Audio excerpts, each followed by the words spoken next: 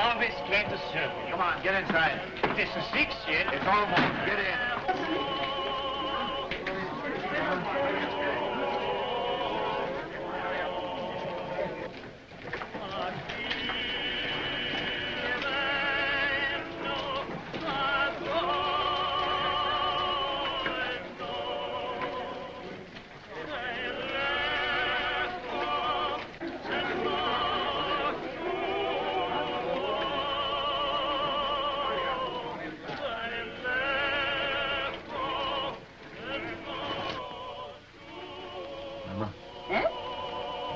Locking up time.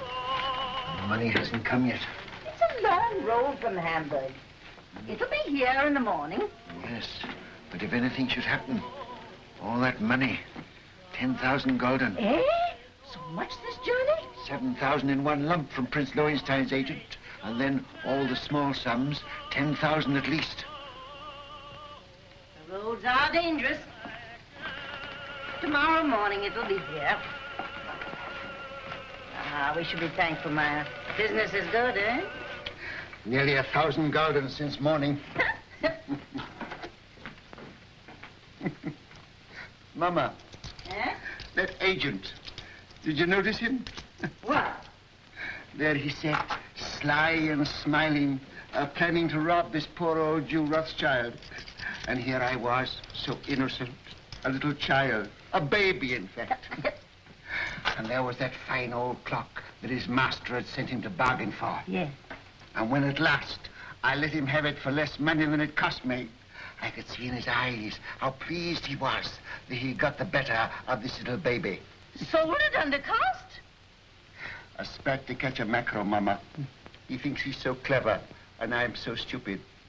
Always make them think they're clever.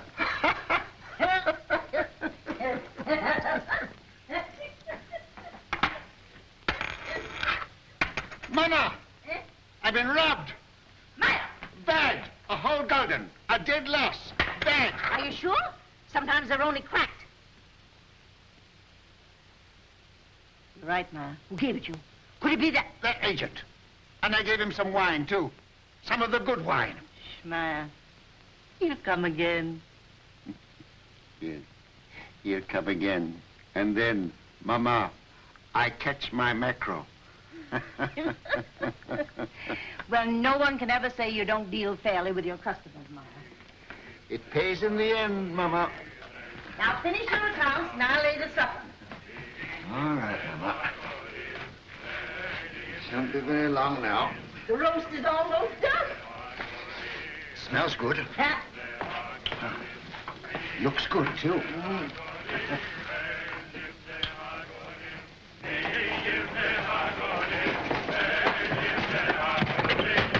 Mama, quick, it's Nathan. Mama, the tax collector. Oh. Papa, the tax collector. He's down the street. Shut the door. The tax collector, boys.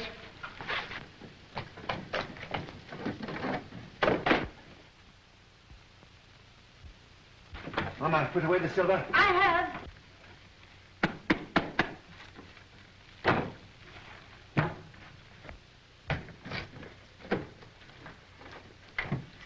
Don't forget my account book. Oh, run away. What do you know about it? Everything is in one station like they're called.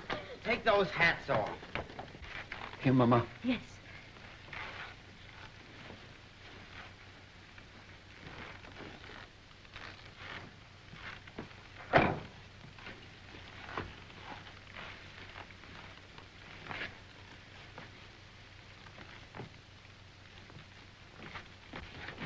Hurry up, Carl.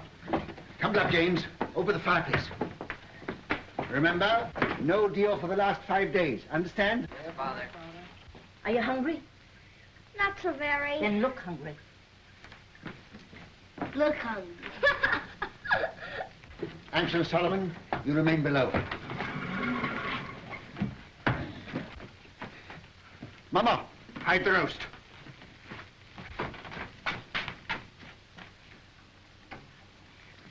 Get off, Jim.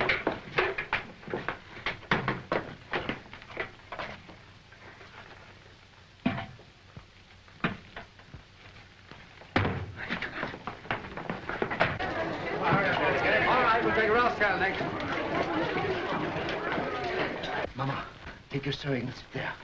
Nathan, find me. Nathan, take your hands out of your pockets. Open up, Jew.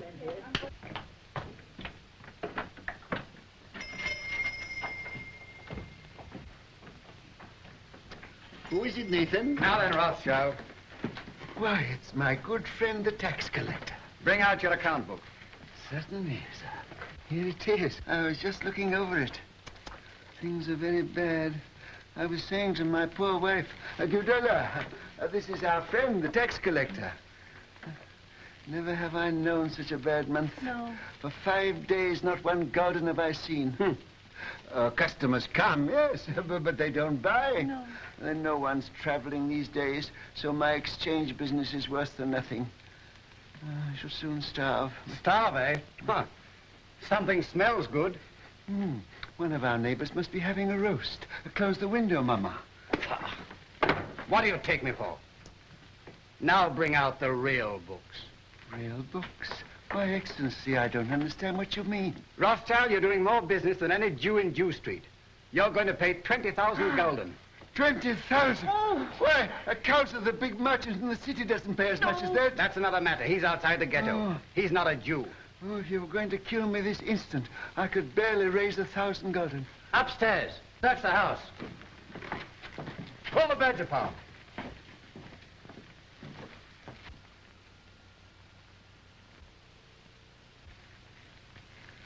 Well, I might perhaps raise 2,000 gulden.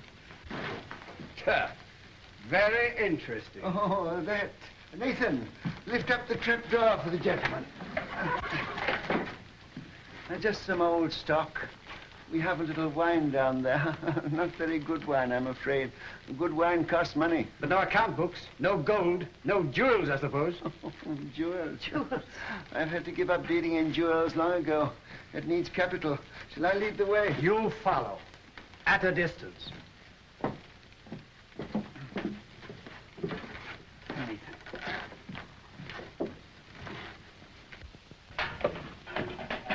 Stand up, Jew boys.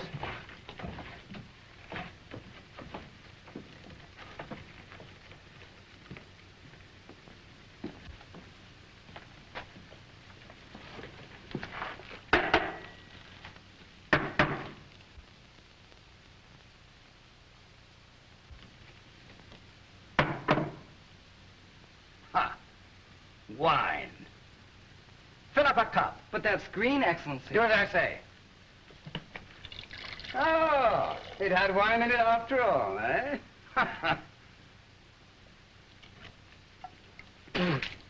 Slop. Yes, sir. That's what we drink. Ah.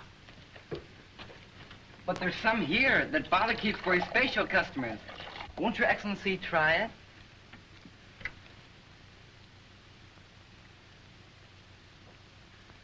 Ah.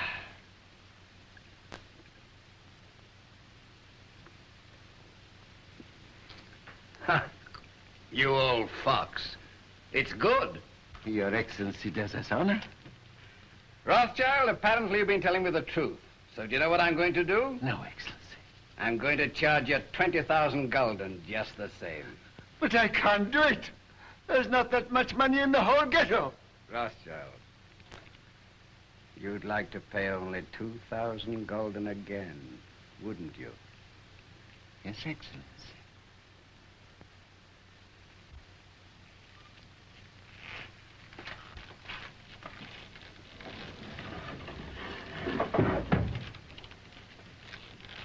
Now, what would it be worth to me if I put you down for 2,000 this time?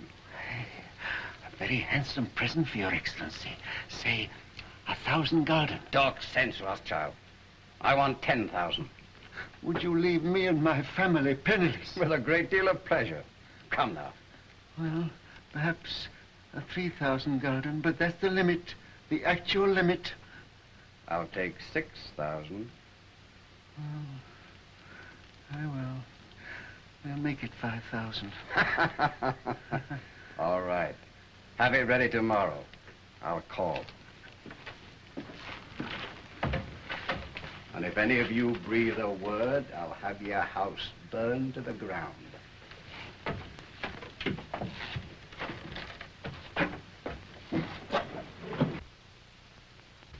Boys, you did well. Nathan, you're a smart lad. That wine, Mama, you should have seen him. And after all, a 5,000 gulden isn't as bad as it might have been. No.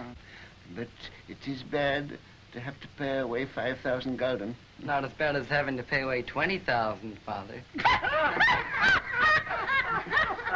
6 o'clock, all Jews inside. Can't wait all night. Come on, let's get out of this ghetto. Shall I go after him? Oh, let him go. Mr. Rothschild! Mr. Rothschild! What's the matter? What's happened? The man who was bringing your money from Hamburg has been waylaid by the tax agents outside the city. What? They heard he was bringing the money to Jew Street. They might have killed him, but he got away. He got away with the money. No, they got it, Mr. Rothschild. They got the money. What? All of it? Yes, all of it. Do you hear that, Mama? Do you hear that, all of you? 10,000 gulden. Our money that we worked for.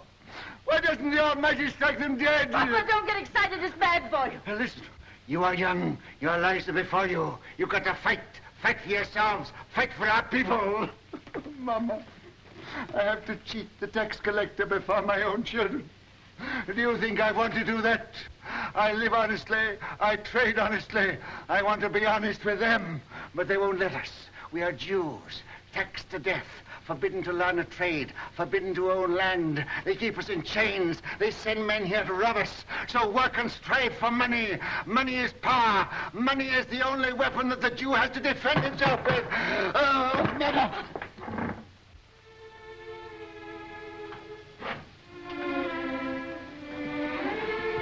Come, he wants to speak with you. All of you.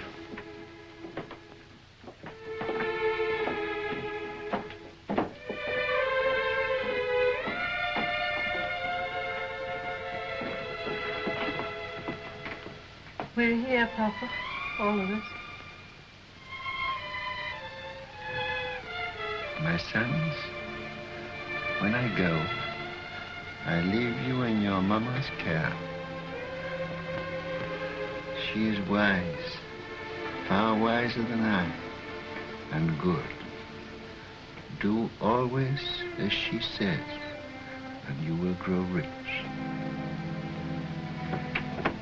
Come closer.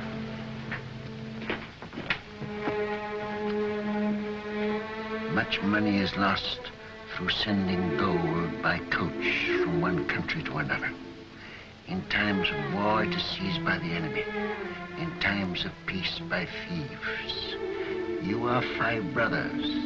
I want you each to start a banking business in a different country. One to go and open a house in Paris, one in Vienna, one in London. Choose the most important centers. So that when money is to be sent from here to London, let us say, you won't have to risk life and gold and shell here in Frankfurt. We'll just send a letter to Nathan in London saying, pay so-and-so. And that will be offset by loans from London to Frankfurt. Understand? Yes, In your day, there will be many wars in Europe. And nations that have money to transport will come to the Rothschilds because it will be safe. Papa, you mustn't talk anymore. The doctor... I'm giving advice to our sons, Mama, that the doctor cannot give. Remember, unity is strength. All your lives you must stand by one another. No one brother must be allowed to fail while another brother succeeds. Your 5 banking houses may cover Europe, but you will be one firm, one family, the Rothschilds, who work always together. That will be your power. And when that power comes, remember the ghetto. I shall be here. I shall never leave the house where they were all born. And remember this before all, that neither business nor power, nor all the gold in Europe will bring you happiness till we, our people, have equality, respect, dignity, to trade with dignity, to live with dignity, to walk the world with dignity.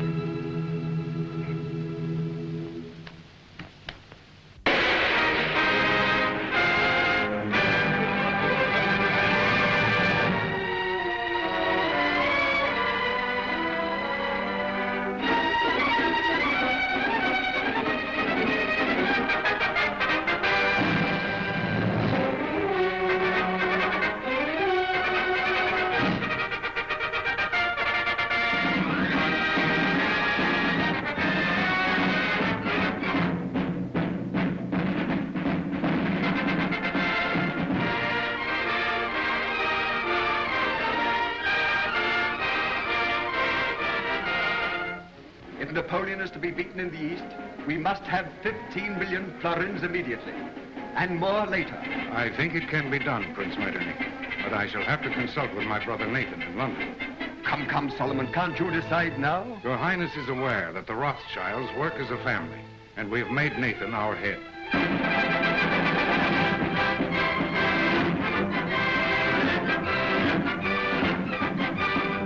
The Rothschild. There can be no peace in Europe as long as Napoleon controls Italy. 16 million ducats as soon as possible. If your Highness will keep the utmost secrecy, I will endeavor to obtain the consent of my brothers.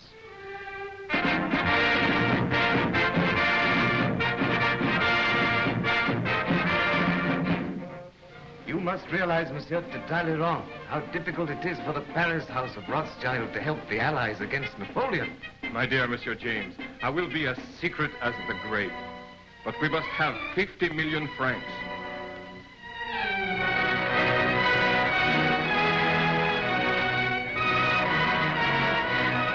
Your visit honors our house, Count Ladras. Quite aware of that answer, Rothschild. I wish no one to hear of it. Only necessity brings me here. The armies of Napoleon are already in Prussia. We've got to have 5 million gulden to drive them out. I will consult my brother. Ah, that's nonsense. It is an unbreakable rule, Your Excellency. The House of Rothschild never participates in a deal of this importance without the approval of all the partners. When that is impossible, my brother Nathan in London is permitted to make a decision.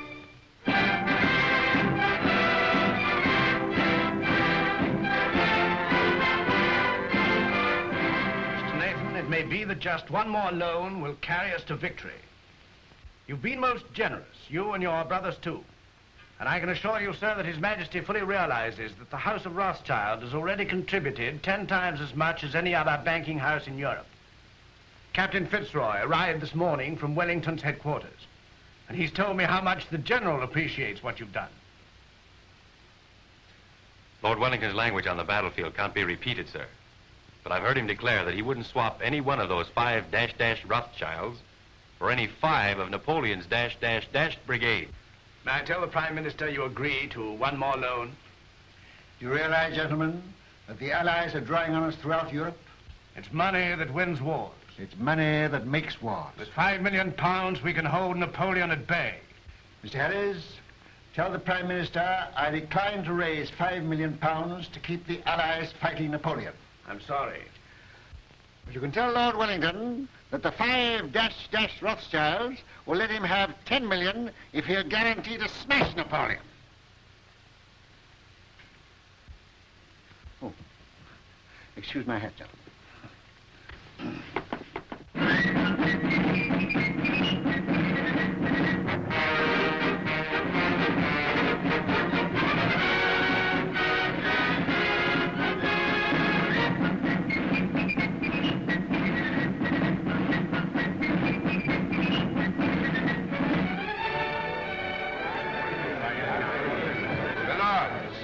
Gentlemen, once more England is indebted to her greatest soldier.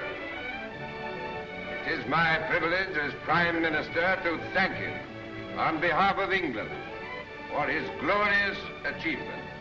We rejoice at your safe return. My lords and gentlemen, charge your glasses. I give you a toast. His Grace, the Duke of Wellington.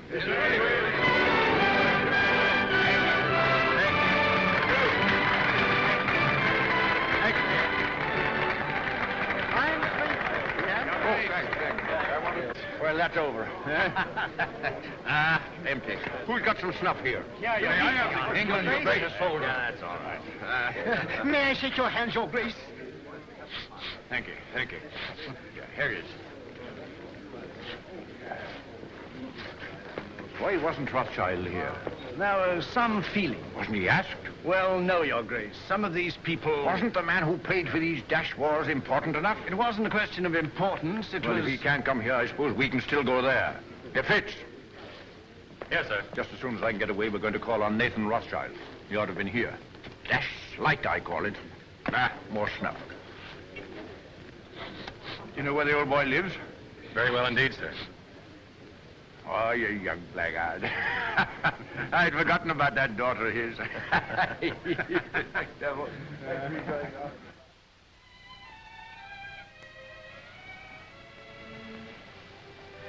Darling, No, I'm not sorry.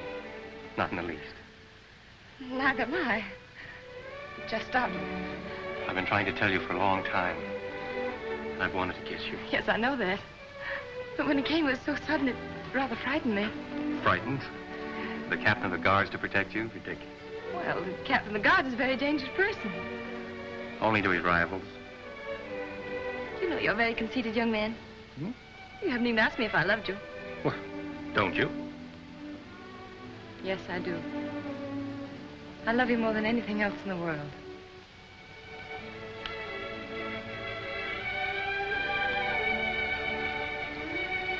And then tonight, after I tuck the Duke into bed, I'll call on your father. My speech to him is all ready. I've rehearsed it not less than 1,000 times. To trees at night, to guns, even to horses. I haven't gotten a refusal yet. I'm afraid it's not as simple as that. Some of those horses were pretty difficult customers. It's no use, darling. You're just dodging the real reason. You're being sweet and thoughtful again. But you're not making me forget that you're a Gentile and I'm a Jewess. Think of the shock to our families. This is no longer a family matter. Spitz and Julie.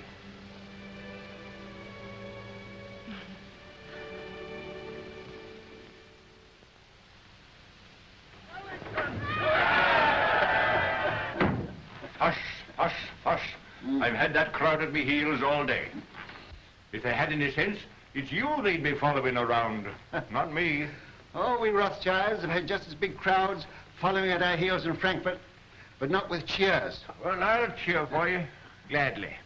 And I hope one day Europe will realize she owes you something more than money. Well, my father was a man of peace. He told us never to loan money to make wars, always to end them. And that's been our principle. Everybody knows that and respects you for it. No, Your Grace, they don't know it, and they don't respect us. Other bankers are jealous of us.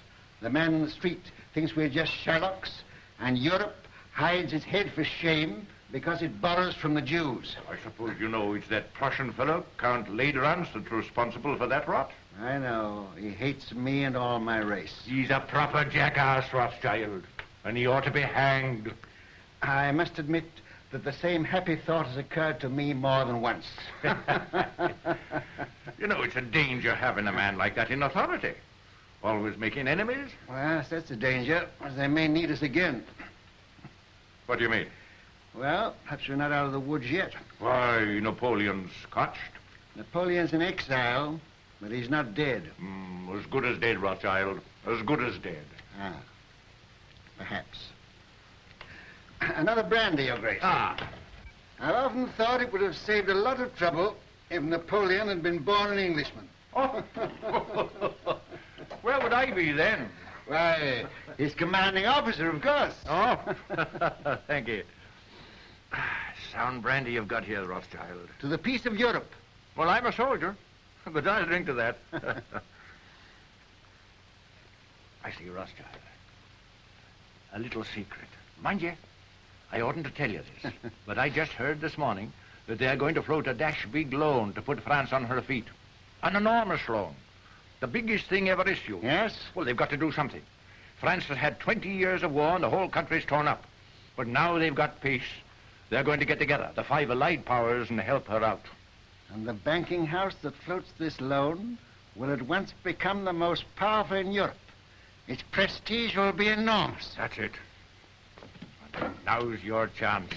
Your Grace, I can't sufficiently thank you for this information. Mind you, it's a dash dark secret. But it serves the chuckleheads right for telling me. They ought to know by now I can't keep a secret. Send a message to Mr. Roth and ask him to come to me here at once. Yes, sir. We'll drink to the house that floats the new French loan. To the house of Rothschild. And its greatest member. Huh. Ah, there you are. Miss Julie. Your Grace? Mrs. Rothschild, you've got to watch this young rooster. I'm beginning to understand now why you were always asking for leave to return to London. Now that you do understand, I trust you'll let him come more often. It's against the regulation. Oh. I only saw Julie 5 times, sir. And once when you sent him the dispatches to the Prime Minister, Julie was waiting for him at the corner of Downing Street. That I hope isn't against the regulations, Your Grace. Not if he didn't speak to you. We didn't think you knew about that, Nathan. Ah. I'm afraid it's time to go, Your Grace. All right. You can't fox this man. He's a magician. There's no question about that. Oh, I say, Rothschild, I've been told you knew about Napoleon's abdication 2 days before the War Office did. Is that true? Yes, but then the War Office never knows anything for 2 days after everybody else knows it. Yes, and then they take 2 more days thinking it over. But how did you do it? They say Indians get things by putting their ears to the ground, but you're not an Indian, are you? No, just plain Jerusalem, with a heart of gold. Well, I know something about sending dispatches. My man Fitzroy here is the best at that. But if I had 20 Fitzes, I couldn't do it in that time. You knew about Napoleon's abdication almost as soon as it happened. How the deuce did you do it? A little bird whispered in my ear. Oh, you don't intend to tell me, eh? Well, I don't blame you. Fitz, we'd better go before he makes us disappear like rabbits in a hat. Mrs. Rothschild, you've a charming home. And a charming daughter. Your Grace. I hope that dash crowd's gone. Ah, thank you. Are they still there? Oh. And this is the man who faced the Grand Army. Hush, here, Fitzroy. Yes, sir. Brandy before the charge, always. Ah, there's military tactics for you. There's a young man who'll be a general someday. Thank you. Well, goodbye, Rothschild. And remember, it's a dash dark secret. 1,000 thanks, Your Grace.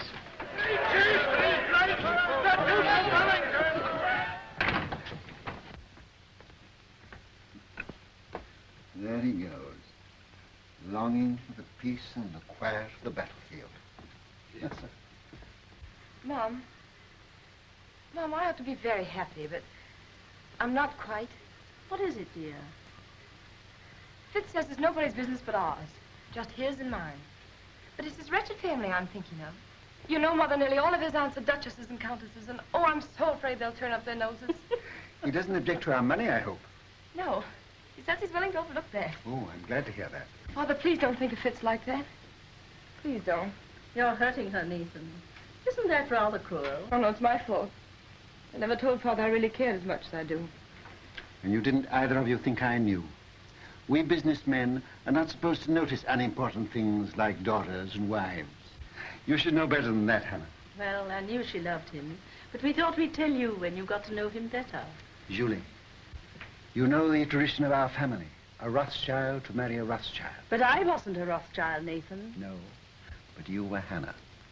And you were one of our race. That's what frightens me, Mom. These dreadful prejudices. Could we bear it? Could Fitz bear it? I won't pretend, Julie, that I wouldn't rather you married one of your own people. It's a cruel barrier. Yes. But the world's changed a bit, especially in England. There's no Jew Street here. And they're lifting other chains from us, too. So, perhaps... Oh, no. No, don't say perhaps. Say yes. What do you think, Hannah? I think girls should be allowed to make their own choice. Ah, I'm not sure that I agree with you. Oh, but this girl, Father. Well, it's about the first time that I've known a Rothschild to make a bad bargain. You are a Rothschild. And the Duke of Wellington has told me that the Rothschilds did a great deal for Europe during the war. Now, what have your Fitzroys done? Nothing. Beyond repeatedly getting leave of absence from duty and showing an unaccountable interest in orchids. And a remarkable taste in women. That doesn't show strength of character. Any fool could fall in love with you. Oh, but not any fool could get your consent. He hasn't tried But yet. he will. And when he does, you'll see him. Oh, you darling. Here's Rose looking positively shocked. Don't go, Julie. Oh, but I must. I'm engaged. Where are you going, Julie? I'm going out to the orchid house. Look at the orchids. Roth, I sent for you because I have tremendous news. This message must go to each of my brothers at once. By what His Grace calls our magic. Great news. Yes, indeed.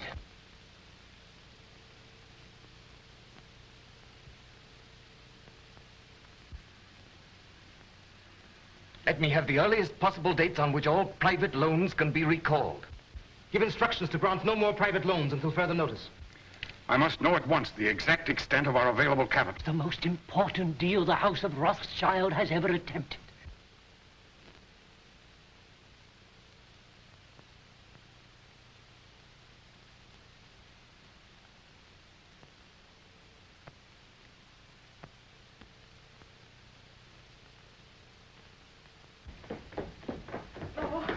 Let me look at you. Oh, you really look so very nice. I'm sure I don't know how they could refuse you anything you asked. I'm not depending entirely on my profile here. Where's my hat? Oh, the carriage hasn't come yet? I'll take a hack. That's what I like to do. It always makes me feel so independent. Sure you won't let me put a little perfume on your handkerchief? Quite sure. You're so calm. Aren't you excited at all about getting this great loan? Who'll be there? Representatives of all the big banking houses in Europe. Baring will be there, of course. And the ministers of the countries interested, I suppose. I suppose so. Ladrance representing Prussia, Metternich from Austria, and the rest of them. Still, you feel pretty sure, sir, don't you? Sure of half of it, anyhow. I have private information that ours was the best bid. The largest loan in history. You know it's the proudest day of your life. The proudest day of my life happened 30 years ago. I shan't draw an easy breath. Don't worry. When I say that no other banking house in Europe can match our bid, I'm not guessing, I know. And now where's my hat? On your head, I believe. Where it should be. Where it shouldn't be in a lady's presence. I beg your pardon. To Downing Street and victory. Goodbye. Goodbye, Father. Good luck.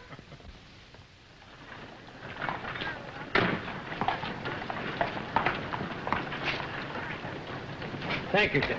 But, Mr. Rothschild, even your daughter, Miss Julie, pays me more than this, sir. Julie has a very rich father. I haven't.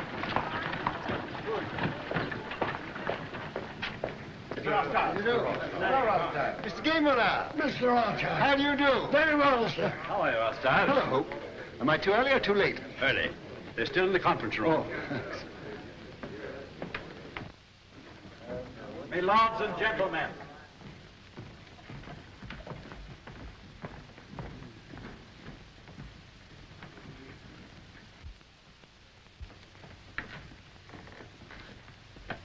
Your hat. Oh.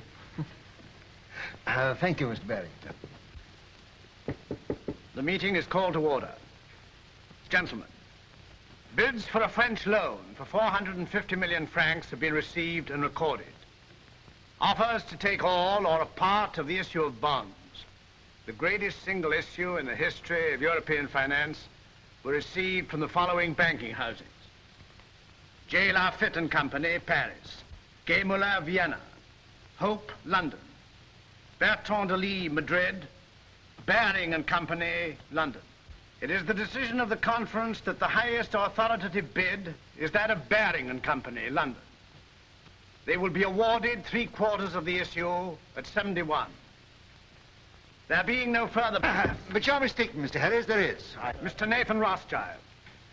I'm compelled, my lords and gentlemen, to draw your attention to what must certainly be an oversight. I regret to say, Mr. Rothschild, the decision must stand. But my house sent in its bid to take the entire issue, and our price was a point better than Mr. Baring's. Why is that not recorded? Perhaps Count Ladrance would like to explain the situation to Mr. Rothschild.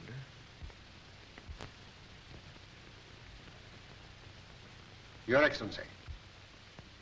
Your bid was received, Mr. Rothschild. But to put it as delicately as possible, it was thrown out, shall we say, on a technicality. A technicality? What am I to understand by that? You are at liberty to give my statement any interpretation you choose. You mean, in brief, I am a Jew? Likewise, in brief, I do. Gentlemen, I must accept your decision.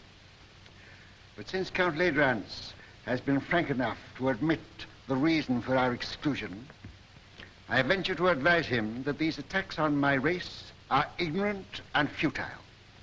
He may strike and strike again. A Jew falls, 1,000 are wounded, but the race lives on. But unfortunately for His Excellency, we are evidently eternal.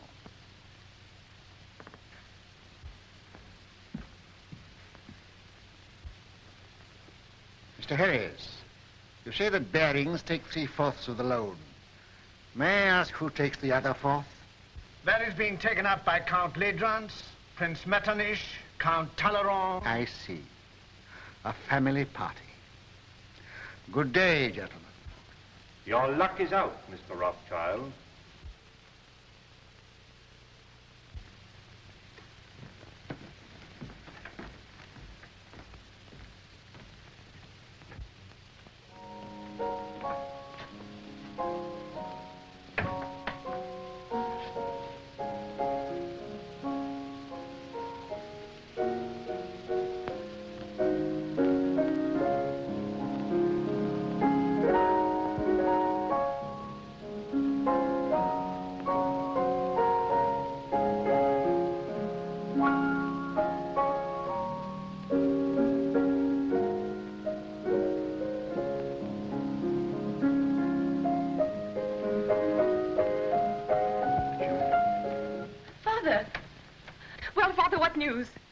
The house of Rothschild. Well, they've been throwing stones at it. And I'm afraid some of the stones went wild and hit you, Julie. What do you mean?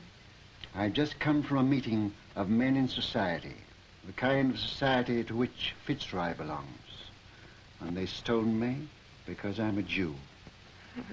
Fitzroy isn't that sort. Julie, you must give him up. Give him up? I can't. I know best. But you don't love him, I do. Will he continue to love you? Father, this isn't like you. You've always fought for what you wanted and got it. Well, perhaps I'm a fighter, too. This fight's been going on for 2,000 years. Things are changing. You said so yourself. I was a fool. I thought we'd swept away these prejudices, but I was a fool. Fitz knows what he's doing. We've talked this thing all over. We're ready to face the consequences. While you're young. But what are the years to come? There's no one else in the world for me but Fitz, and I won't give him up. Well, Nathan, what is it? They didn't outbid you. Yes. My bid was thrown out on a technicality. A technicality? Because I'm a Jew. But they did me a great service. They showed me just how they were going to behave to Julie if she married into their set. You'll do as I bid you. I'll try, Father. Nathan, what have you said to her? You can't ruin their lives. No, I'm going to save them. Hannah, she mustn't continue to see this man. You must get her away. But where? Take her to Frankfurt and take her at once. Excuse me, sir. I heard the result of the meeting and came to offer my sympathy. Oh, well, thanks. If you have any spare sympathy, you might keep a little in reserve for Baring, Ladrans and Company. I don't think they need it, sir. No, they may later. Do you realize that Ladrans, Metternich, Talleyrand, and the rest of the party are taking 1/4 of this loan without a penny between them? But they'll make millions on the rise. Ah. He's tired. Perhaps I'd better call again later. Ralph, if you could buy government 4% bonds at 60, would you pay 74 for them? No, sir. Would you, Hannah? Goodness me, no. I thought not. Nathan, what's in your mind? Murder. Hannah, I'll tell you exactly what's in my mind. And this may interest you, too, Roth. Baring and those others headed by Ladrans I've taken this new loan at 71. On the first of the month, they're going to offer it to the public at 74. It pays 4%. But there is already in existence a previous government bond which also pays 4%, of which we have a large holding. Yeah. This bond is now selling at 73. Hannah says I'm tired, but I'm not too tired to realize that if the public can buy one government bond for 73, they won't buy a new issue bearing the same interest for 74. That's true, sir. But Baring and the other bankers will run up the old bonds, and when they rise to about 75... I know what you're going to say. They'll make the old ones rise, and then launch the new ones a point lower, and the public rushes in. Quite so, sir. But suppose there is no rise. Suppose somebody pricks the balloon and it doesn't go up. Suppose before they can run it up, somebody else begins to run it down. Suppose by the first of the month, these old bonds now selling at 73 should fall down to 63. Then they couldn't possibly launch the new loan at 74 because nobody would buy it. No. And Baring and Ladrans and his little band of bankrupt brigands will wait for it to go up. But suppose instead of going up, it still goes down to 55, to 50, to 45, to 40, why they'll never be able to launch the loan at all. And by God, that's where it's going.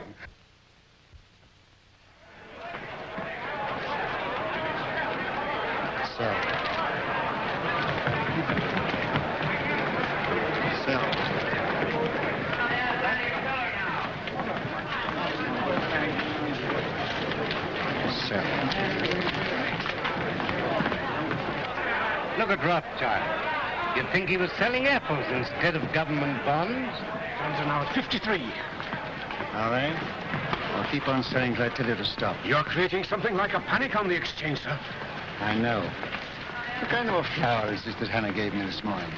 I don't know, sir. Very pretty. It smells nice, too. Mr. Rothschild, do you know what you're doing to the market? What have you heard? My dear fellow, I don't hear things. I just imagine them. You know what kind of a flower this is? No. 52! 52! That means I'm down about 25 million francs. And you the same, Ledrans. Can't something be done to stop him, Baring? You're the biggest banker in England. Are we all to be ruined by the gymnastics of a dirty Shylock? I've thrown the entire resources of Baring's bank into the pool, but I can't stop it. He's got us on the run. Right.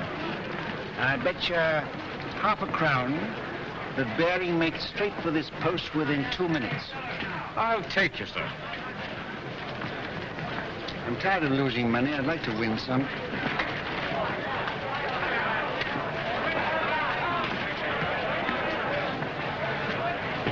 You're a magician, sir. Here he is. Mr. Rothschild, I don't have to tell you this is nothing less than slaughter. You know my position. I'm responsible for this new issue at 71, and you're making it impossible for me to put it on the market. We are both bankers.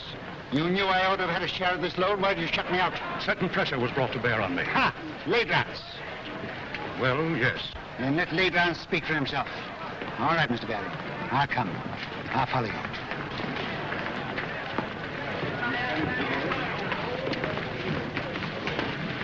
About how much has this thing cost us up to now? About £5 million. All right. We'll make 10.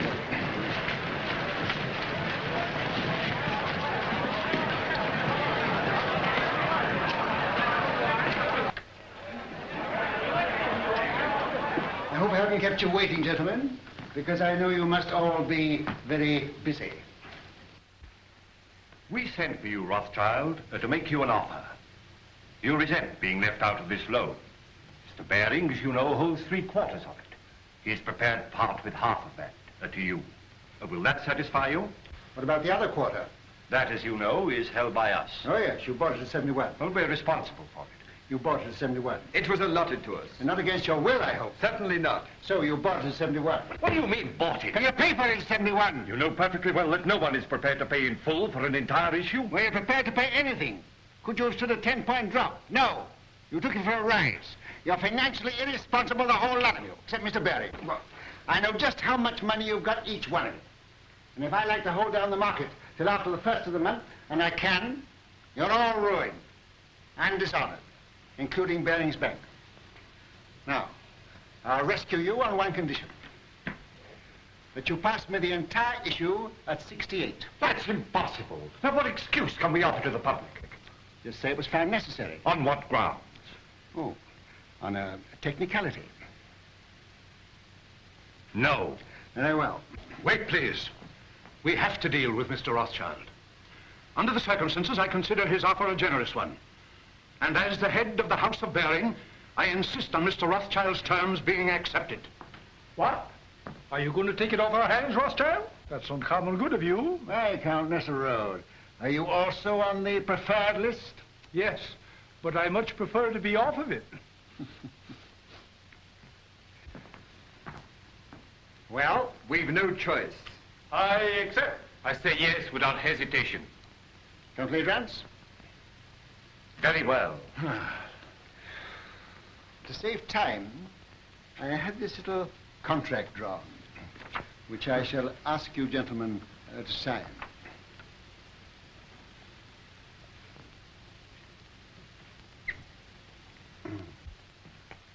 You seem to have been very sure of yourself. I was. Quite.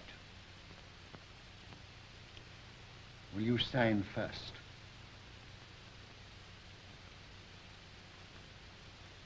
$49.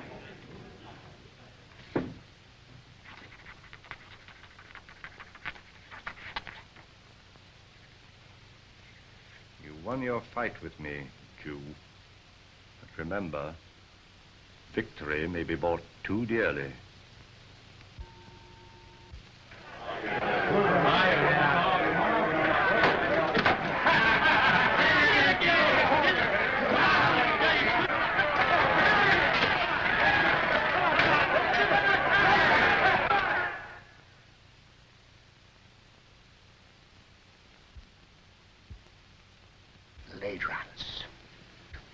What are you going to do, sir? I'm going to Frankfurt. I'll leave within an hour.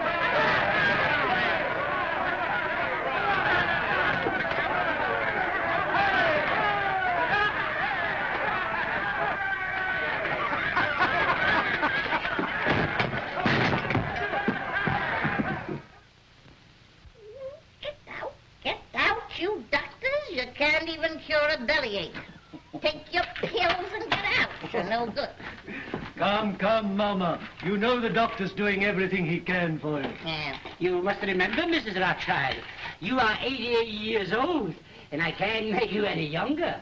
I'm not asking you to make me any younger. I'm asking you to make me older. She's better. She's insulting people. There's nothing the matter with her. Just nerves. Nerves! Do you think I'm afraid of that rabble?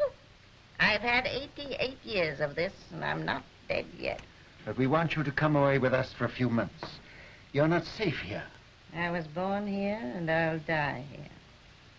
And that won't be soon, either. I'll live a dozen years yet. Nathan, you ought to know enough about bargains to know the Lord isn't going to take me at 88 when he can get me at 100. Well, Nathan, what's brought you here all of a sudden? He came to see his wife and family. What have you been doing that girl of yours? She goes mewing about like a cat that's lost her kittens. She needs a change. She needs a husband, that's what's the matter with her. What about one of the Goldschmidt boys? I'm afraid Julie has ideas of her own. Then leave her alone. She's no fool.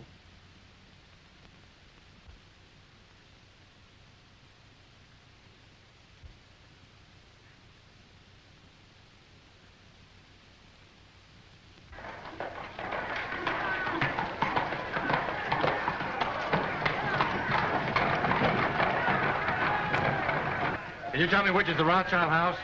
Yeah.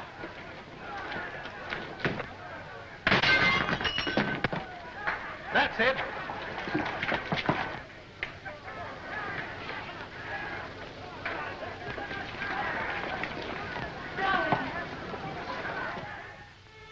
What's the use of our pretending? I don't pretend to Father. He knows exactly how I feel. But you see, darling, he's determined, too. But you know we can't give each other up. Sending you away from me only makes matters worse. Did you tell him you'd give me up? I told him I'd try.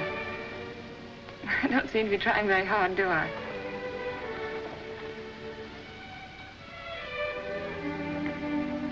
Let me look at you.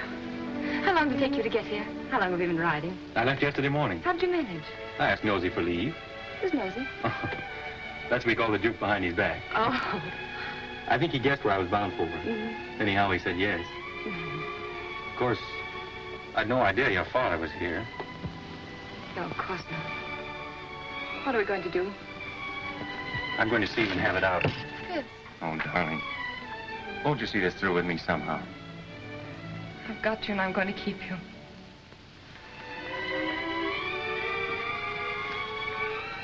Then will you be very brave? A soldier.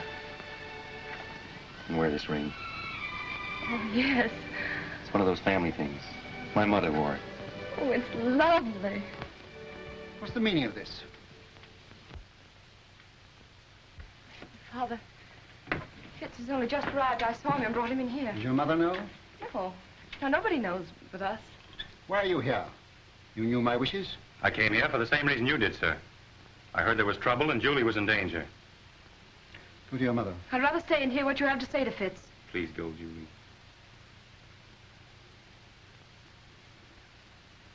It's no use, Father.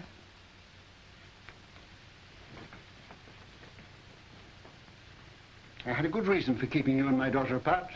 I desire that you respect my wishes. If Julie weren't agreeable, I wouldn't be here, sir.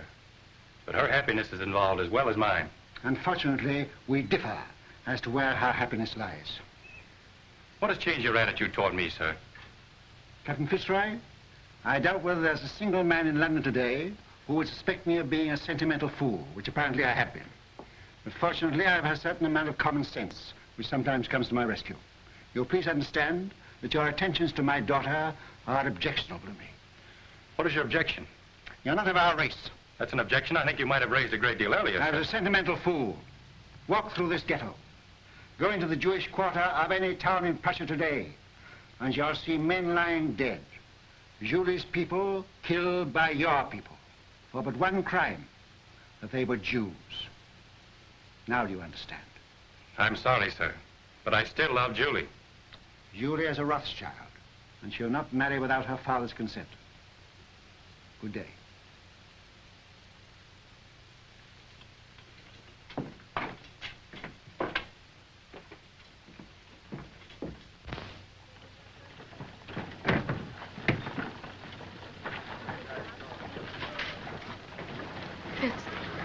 Fitz, no matter what happens, no matter even if what Father says is true, I love you. Always.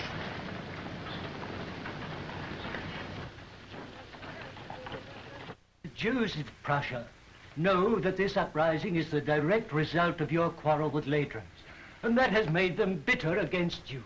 Fools. Nathan has done more for the Jews in England than any man who ever lived. England isn't Prussia, Mama. Ladrans has his agents everywhere. They spread lies and propaganda. You've got to put the screws on. Money is the only screws we have. And now, with Napoleon in exile, Ladrans and the Allies need us no more. It's queer, isn't it? We fight for the peace of Europe, and with peace, we lose our power. Well, you've got to do something. They burned down the Levy's house last night, and they burned down this one if they dared, but they're afraid of me. You tell all those kings and ministers you feed that if they don't stop this outrage, you'll stop their pocket money. If I thought Ladrans would listen, if I thought I could make him call off his dogs, I'd go to him. But now, don't worry, Nathan, and make yourself sick.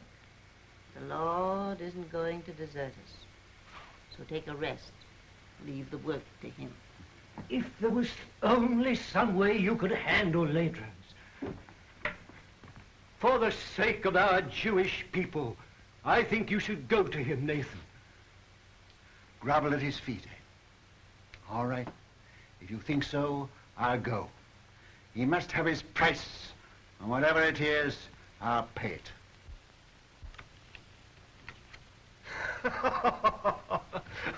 I'll make you gentlemen pay for your wine. The cards seem to favor you tonight, Your Excellency. Well, they should. They're my cards. Colonel, any news? Good news, Your Excellency. Dresden, entire ghetto reduced to ashes by fire. It is estimated that 5,000 Jewish refugees crossed the border into the Netherlands. I have dispatched 3 agents to The Hague to stir up the populace there. Frankfurt. The citizens stormed the ghetto and fired 2 houses. A serious pogrom was prevented by the arrival of the Civic Guard.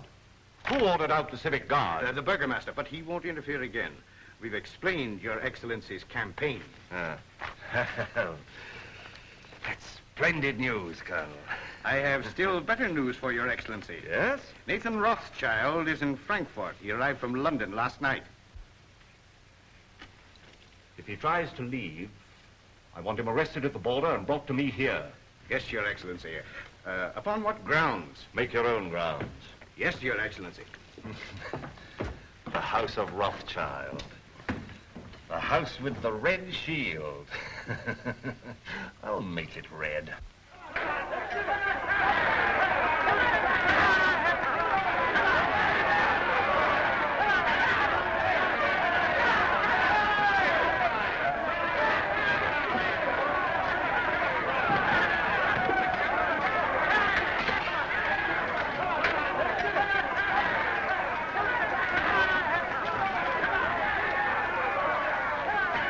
That's him, the one in the heavy coat.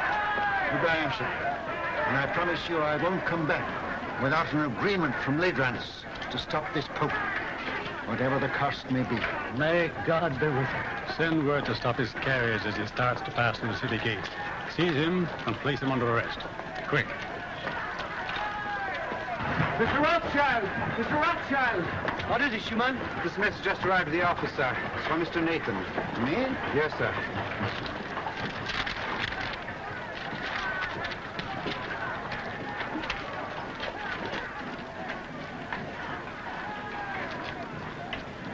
What is it? Napoleon has escaped from Elba. The French are rallying to his banner by thousands. This means war. Another war. Now you can go to Latham's. Now he needs you, and we'll have to see him. No, I won't go to Ladrans. Ladrans will come here to the ghetto. Michael, bring my baggage back. I'm not going. Very well, sir. Of course, Wellington, I'm Prime Minister, but you're the idol of the people. My dear fella, I'm going to retire quietly to the country, surrounded by me dogs and me books and... Yes? For His Grace. Ah, for me, eh? Will you excuse me? Yes, yes, yes. Oh! That blasted little Corsican is back. What? Latham! I gave orders not to be disturbed. It's important, sir. Word has just reached us. Napoleon has escaped and is in France mobilizing his army.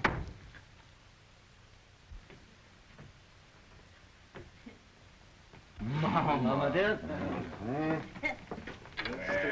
Yes? My, you're walking just like a young girl. Well, boys?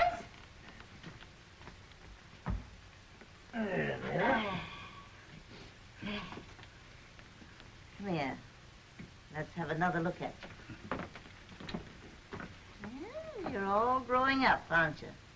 Nathan, I think you're getting fat. I'm proud of you. All of you. Your father would have been 92 today. Ours is the richest banking house in Europe, and we're still being kicked. It looks as though we haven't played our cards very well, doesn't it? Perhaps we haven't. I'm not criticizing. I think we're open to criticism, Mama. And that's what has brought us all together here today. Oh, is it? I thought you came here to see me. It seems it takes a war and a Jewish pogrom to get us all together nowadays. Now, that's not fair, Mama. You know we're Well, almost don't come. let's waste time in compliments. What have you come for? James. Nathan, you run the English house, and so you have the sea between you and trouble. But we, Carl and Solomon and Amschel and I, are here in the furnace. I know. And with Napoleon on the map again, our position is intolerable. Napoleon will be in Paris in a week, with the whole army rallying to his banner and deserting Louis. Napoleon's soldiers must be paid, and if he can't borrow money, he'll take it. Has he suggested a loan? Yes. He sent for me as head of the Paris house. I went to see him in Lyon, and he made a definite proposal. Now listen, Nathan, before you give an opinion. We've issued 450 million francs worth of bonds for a government which started packing at the first blast of a bugle. Napoleon guarantees the payment of these bonds down to the last centime, and on future loans he agrees to double the interest offered by his enemies. What have the Allies to offer us? From the simple standpoint of business, we shouldn't hesitate a day longer. A refusal to support Napoleon means not only the probable loss of a murderous sum, but James's Paris business, my Naples business, will be wiped out like that. And Amschel's and Solomon's are in great danger. It's no longer a question with me. We should support Napoleon. As far as I can see, the Allies seem to be under the thumb of a tyrant from Austria and a scoundrel from Prussia. Metternich and Ladrans. Mama has said we are still being kicked, and she's right. For a quarter of a century we have stood with the Allies, and apart from what we've got out of it personally, houses, fine clothes, carriages, as Jews, we are just where we started, in the Jew Street, waiting for the change to be put up. I agree with the others. We've got to transfer our support to Napoleon and start over again with him. Well, son? You're right, all of you. Every word you've said is true. But still, we must fight Napoleon. Why? Well, because we're the Rothschilds. For the time being, anyway, we're something more than 5 rich Jews looking for the main chance. We know, the world knows, that until Napoleon is gone forever, there can be no peace in Europe for Jew or Gentile. You can't deny it, any of you. We've got to take the risk. We've got to swallow our pride, to stomach our resentment. We've got to go against every normal, selfish impulse in us and do what is right for the world. We can go hand in hand with Napoleon and spread this war over years. We can pay for fire and blood till all Europe is a slaughterhouse. And the Jew would stand as a pawnbroker in lives. We can't do it. We must stand as we've always stood. Not for war, but for peace. And if we all go down, we'll go down with honor. We leave no shame anywhere. My son, that is what your father would have said. You're right. I agree.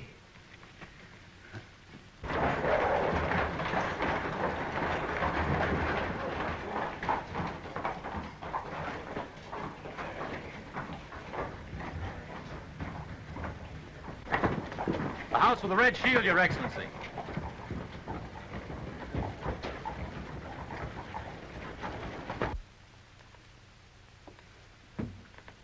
The Philistines are upon us. Who is it? Metternich, Talleyrand, and Ladrans.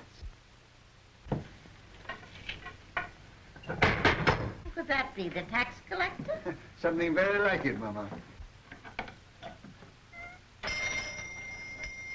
Is Mr. Nathan Rothschild here? Your Excellency will enter.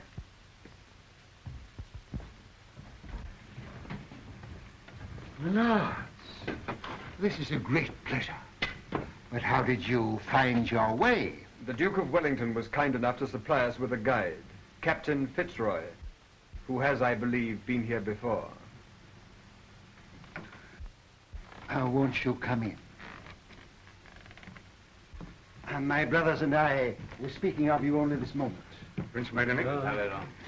I won't burden you with introductions, except perhaps to my mother, who was startled by your arrival. She thought you were the tax collector, Count Ledrans. Welcome to our ghetto. You will forgive this unexpected visit. Certainly. We were expecting it. Then we may assume you know precisely why we are here. Not the precise amount, but approximately. May I congratulate you on your brilliant son, Madame Rothschild? Yes, I'm told I'm the mother of half the loans in Europe. I am here at the request of the Duke of Wellington and the Allied governments. In that case, my brothers too are interested. Won't you sit down? We will not intrude very long. Well, you're chained in at 6. Speaking for myself, I admit that I come as a penitent. We've not always treated you quite fairly, Nathan, and now, frankly, we need you. You should join Wellington on the field of battle. He once told me that the test of a great general is to know when to retreat and to have the courage to do it. The Allies need money. And we're not asking you to give anything. You're money lenders, and you'll get your interest. You sure of that? Don't you trust the powers? No, Austria's bankrupt. France is already in the hands of Napoleon. And so is Italy. Why don't you go to the other bankers? Your own bankers. We have not sufficient capital. You mean they won't take the chance? What if Napoleon wins? I suppose there must be a certain amount of risk in your business. No, we ask security. What security can you offer us? Then don't say you're not asking us to give anything. You're asking us to give a great deal. I see no reason for prolonging this meeting. As you say, we are moneylenders, not philanthropists. We do it for profit. You may as well know that Napoleon has offered us twice as much as you can promise us, and we've decided to take his offer. Gone over to the enemy, eh? I must admit, I'm amazed. How will Napoleon get the money to pay you? Steal it. But that's not our business. I always thought you stood for peace. For 20 years, we've been supporting the peace of Europe. Now we're thinking of the peace of our own people. The Jews? Yes. Napoleon will give us our freedom. That's why we are for Napoleon.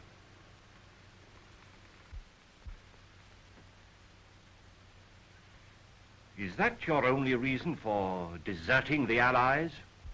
I resent being cross-questioned by you, Count Ledrans. I think His Excellency was about to make a proposition. Oh. Well, if we gave you all the freedom that Napoleon could give you, would you then be willing to sacrifice the financial advantage of his offer? Count Ledrans, we are moneylenders. Come, Nathan, after all these years... What do you offer? What do you want?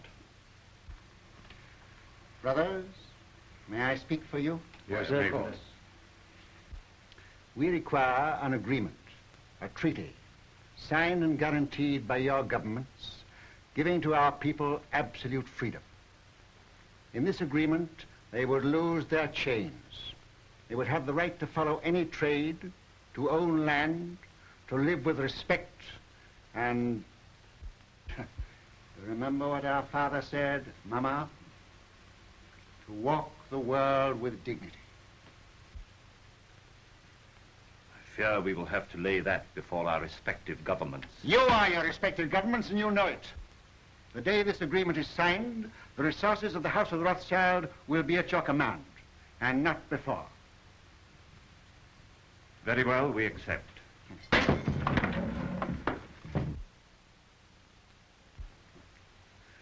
Pray excuse this, my lords. Some Gentile has evidently strayed into our quarter.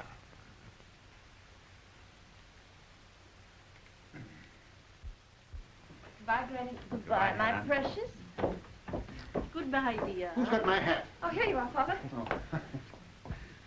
James. Father, I'll go out of the carriage with Michael. All right, my dear. James, it's of vital importance that we should have first-hand news from the field of battle. Somebody to be close to Wellington's troops. Whom can we trust? In time of war, nobody. What about you? Will you do it? Yes. And I'll get word to you every day. Of every move they make, the instant they make it, and always by the usual method. Oh, Mama? I'll come to the door with you. Oh.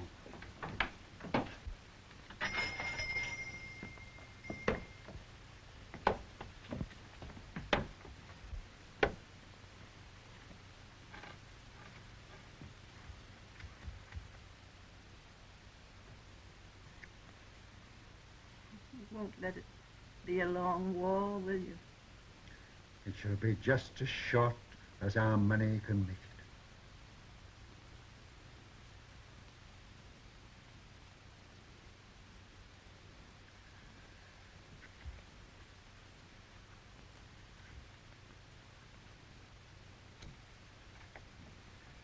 Good luck.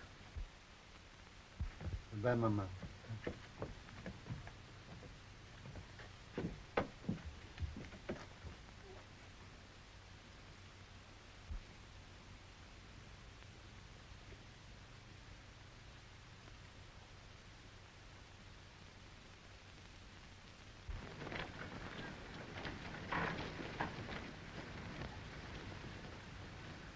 It's a horse, dear.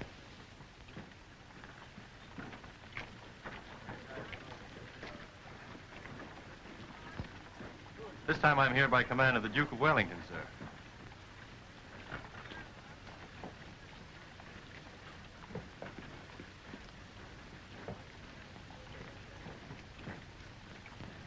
Give me the ring quickly. Darling.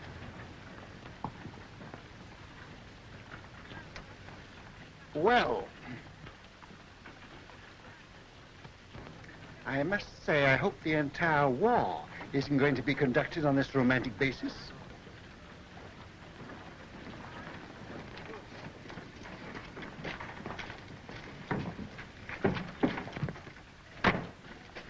Seven Fitzroy, I give Napoleon 100 days, no longer. If at the end of that time you're still alive, and you seem to be the type of young man that can't be killed, you can come and talk to me in London. Thank you, sir. I shall count the days.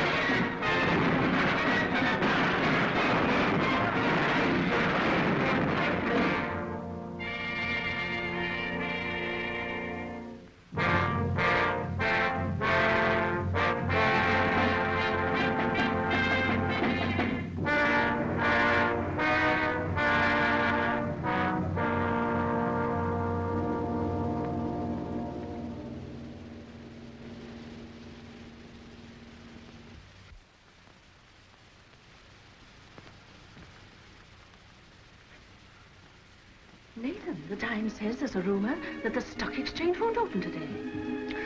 I wish it were true, but it isn't. Hannah, sit down. When people become rich, very rich, they have grave responsibilities. I know. I mean moral responsibilities that come with money, that poor people never know. Yes? Could you bear to be poor?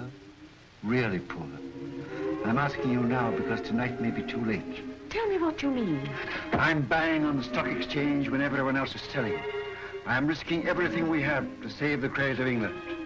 I'm sticking to the bargain I made. But things look bad for us, Hannah. Very bad. Are you doing what you feel you should do? Yes. Do what you think is right. And if you fail, I'll love you all the more.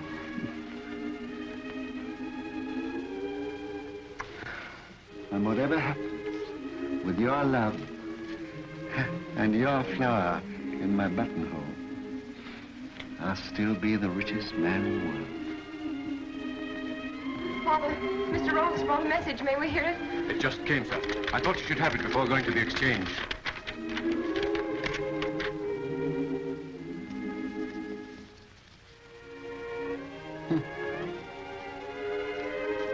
Napoleon has thrown entire grand army against Wellington.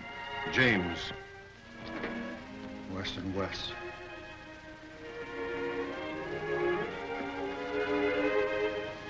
Poor shoe lady. These are hard times for young lovers. Father, you said you gave Napoleon 100 days. This is the 100th day. Fitz hasn't come back to me.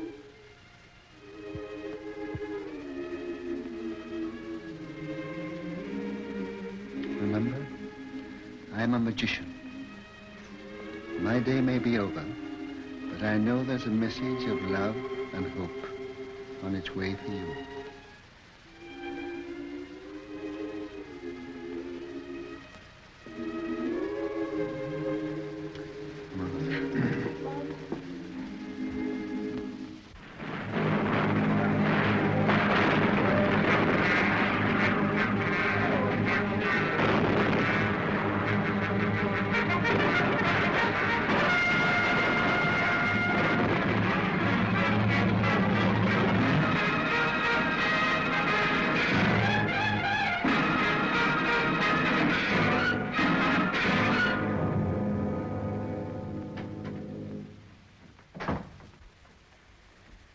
Am I to continue to buy? Yes. But it's sheer suicide, sir. Buy. Support the market. But we can't possibly keep it up, sir. How long? It's 2 hours to closing time. Can't hold on for 2 hours. Then stop this insane buying. No. I made a deal with Ladrans and the rest, and I won't go back on my word.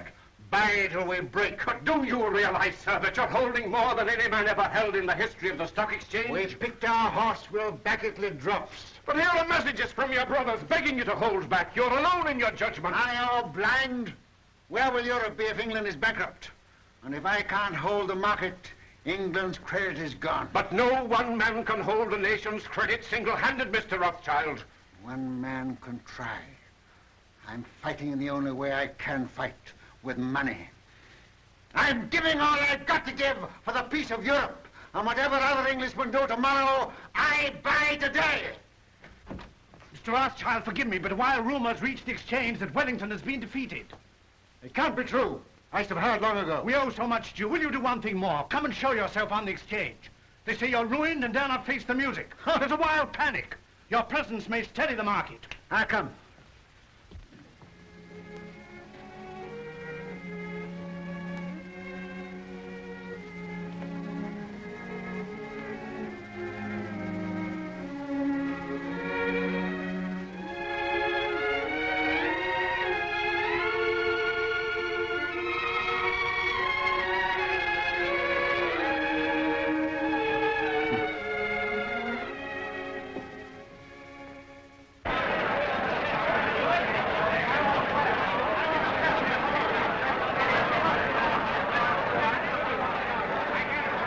Too late, Mr. Rothschild.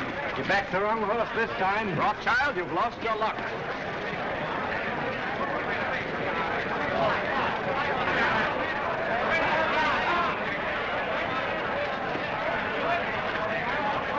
Michael. Buy. Buy. Yes, buy. Have you had any news? What do you think about this rumor? I don't listen to rumors, Mr. Baring. You hear what they say? Wellington defeated. You mind telling me what you're going to do? I have no objection to all London knowing what I'm going to do. I'm buying.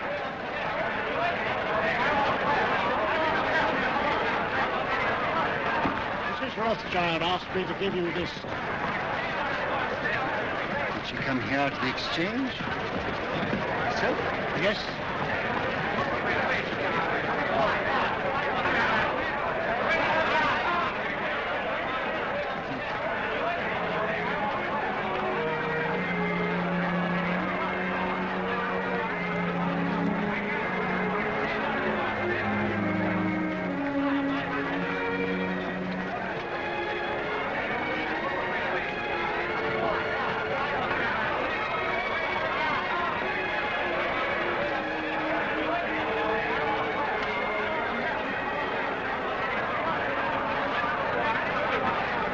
Look at Rothschild. Did you ever see such a cold-blooded fish? Puts a flower in his coat as he stands on the scaffold with a rope around his neck. News. Just arrived.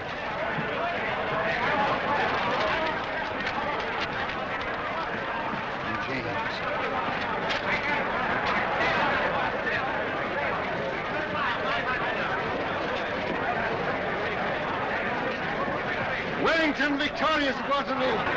Napoleon defeated. The war is over. Gentlemen, listen, listen. I have news. News from Waterloo. Napoleon is beaten. You've been overfired. Don't play tricks on us. It's important. It is true. Wellington has won in Waterloo. Where? How did you get the news? Yes, how did you get the news? I carry a pigeon. By pigeon post from the battlefield. Now you know our secret. Now will you buy? Buy with every security you have. Buy without security. Buy with your clothes on your back. Buy.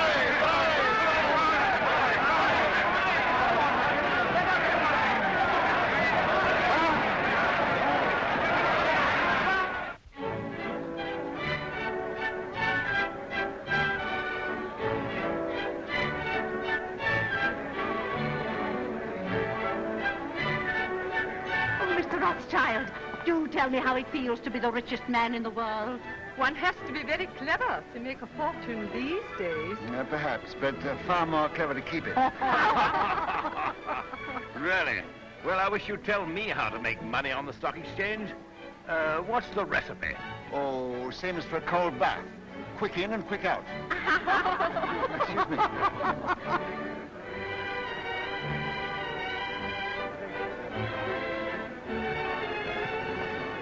Take your hands out of your pockets. Hannah.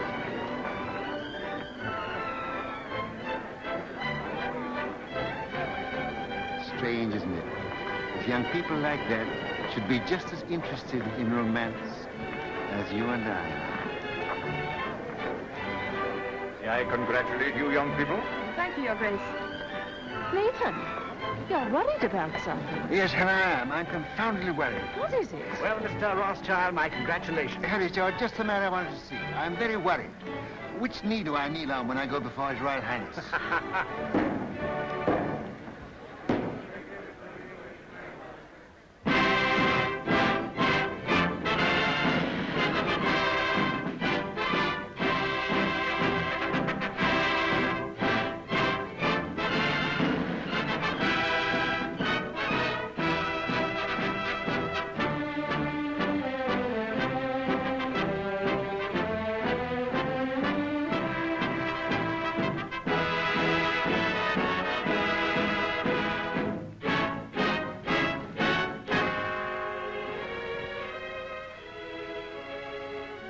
England is deeply grateful to her adopted son, who by his generosity and courage played so large a part in bringing victory and peace to Europe. His loyalty never wavered. His faith in England never faltered. To England, he has brought nothing but honor. And for England, we thank you, Baron Nathan Rothschild.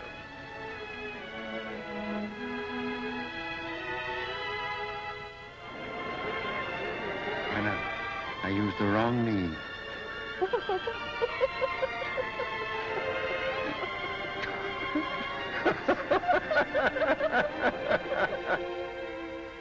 To trade with dignity, to live with dignity, to walk the world with dignity.